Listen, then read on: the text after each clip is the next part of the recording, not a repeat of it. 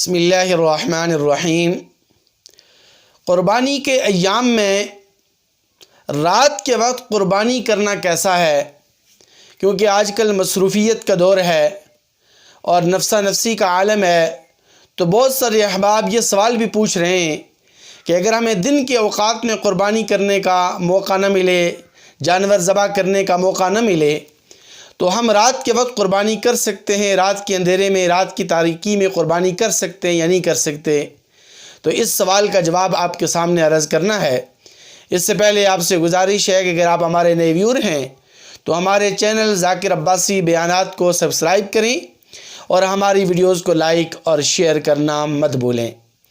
دیکھیے، یاد رکھیں کہ 10 ذی الحج سے لے کر 12 ذی الحج غروب آفتاب تک یہ 3 ایام ہوتے ہیں جن میں جانور ذبح کیا جاتا ہے، جن میں قربانی کی جاتی ہے۔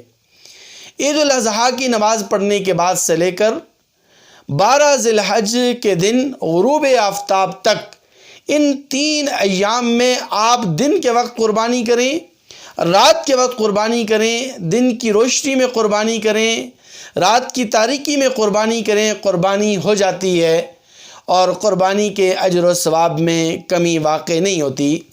البتہ بہتر، افضل اور اولیٰ یہی ہے کہ دن کی روشنی کے اندر اور دن کے اوقات میں جانور ذبح کیا جائے، کیونکہ رات کی تاریکی میں اس بات کا امکان رہتا ہے، اس بات کا خدشہ رہتا ہے کہ کہیں جانور صحیح طرح ذبح نہ ہو پائے، تو اس لیے رات کے وقت قربانی کو، رات کی تاریکی میں قربانی کو اور جانور ذبح کرنے کو غیر افضل قرار دیا گیا ہے۔